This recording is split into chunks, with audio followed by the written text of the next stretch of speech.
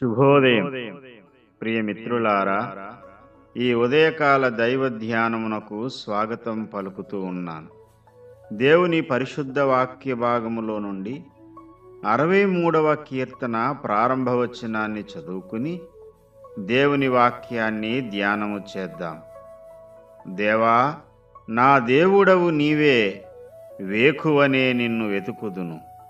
దేవుడి పరిశుద్ధ వాక్య భాగమును మన వినికిడిలో ఆశీర్వదించునుగాక. ఆమేన్. ప్రియమిత్రులారా,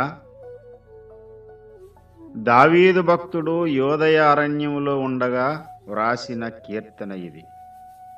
అంటే భయంకరమైన శ్రమ కొలిమిలో ఉండగా రాసిన కీర్తన అని మనకు అర్థమవుతుంది.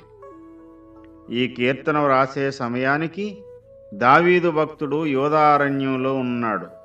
అంటే అన్యాయమైన అపనిందను భరిస్తూ, నిష్కారణంగా ద్వేషింపబడుతూ, మరణానికి కొంచెమే దూరంలో ఉన్నాడన్నమాట. సౌలును హతమార్చి ఇశ్రాయేలు ప్రజలకు గొప్ప రక్షణను చేకూర్చిన దావీదు ఈరోజు భయంకరమైన అపనిందను భరించి సౌలు చేత తరమబడుతూ చేతగాని వానిలా అరణ్యంలో తలదాచుకుంటూ ఉన్నాడు. యోదయ అరణ్యంలోనికి తప్పించుకుని పారిపోయాడు. పరాక్రమము కలిగిన గొల్యాతును ఒక దెబ్బతో కొట్టి చంపిన దావీదు సౌలును కూడా కొట్టి చంపగలడు. కానీ యెహోవా చేత అభిషేకము నొందిన వానిని నేను చంపను అని దేవుని వాక్యానికి భయపడి, దేవుని చిత్తానికి లోబడి అన్యాయమైన అపనిందను భరిస్తూ అరణ్యంలోనికి తప్పించుకుని పారిపోయాడు. ప్రియమిత్రులారా, అందరికీ దూరమై ఒంటరిగా ఎలా బ్రతకాలో తెలియలేని అయోమయ పరిస్థితుల్లో ఉన్నాడు దావీదు. తినడానికి, ఉండడానికి, సహవాసం చేయడానికి ఏమీ లేని, ఎవరూ లేని, దిక్కులేని పరిస్థితుల్లో దావీదు ఉండవలసి వచ్చింది.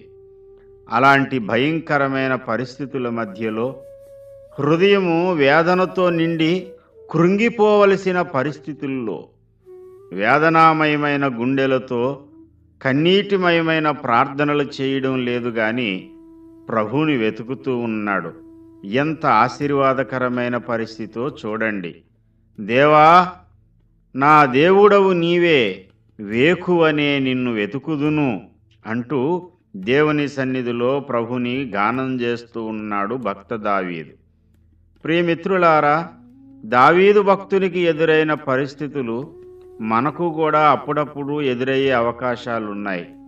అన్యాయమైన అపనిందలు భరించి నిష్కారణంగా ద్వేషింపబడుతూ అరణ్యం పాలవలసిన పరిస్థితులు మనకు ఎదురవ్వచ్చు. అలాంటి భయంకర పరిస్థితుల్లో మనము చేయవలసిందేంటి? ఇతరుల్ని శపించుకుంటూ, మనల్ని మనం దూషించుకుంటూ, కృంగిపోతూ ఆత్మహత్యలకు పరిగెత్తాలా? వద్దు ప్రియ నేస్తమా. దావీదు భక్తుని వలె దేవుని వైపు చూడడం ప్రారంభించు. దేవునిని వెతకడం ప్రారంభించు. నా దేవుడవు నీవే, వేకువనే నిన్ను వెతుకుదును అంటూ దేవునిని వెతికిన భక్త దావీదు అరణ్యము నుండి సింహాసనానికి వెళ్ళాడు. తనను చంపడానికి ప్రయత్నించిన సౌలు రాజు హతమయ్యాడు. కేవలం దేవుని వైపు చూడడం, దేవునిని వెతకడం. ప్రియ నేస్తమా, కృంగుదల వద్దు, దుఃఖంలో మునిగిపోవద్దు, ఇతరులని నిందించుకోవద్దు. నీవున్న పరిస్థితుల్లో ఆ పరిస్థితి వైపు చూడడం మాని దేవునిని చూడడం ప్రారంభించు.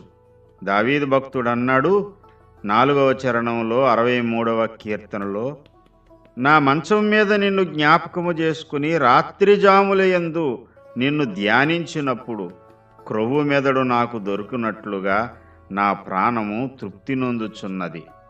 భయంకరమైన శ్రమ కొలిమిలో కూడా తృప్తి కలిగించేది దేవుని యొక్క ధ్యానమే, దేవుని సన్నిధానమే.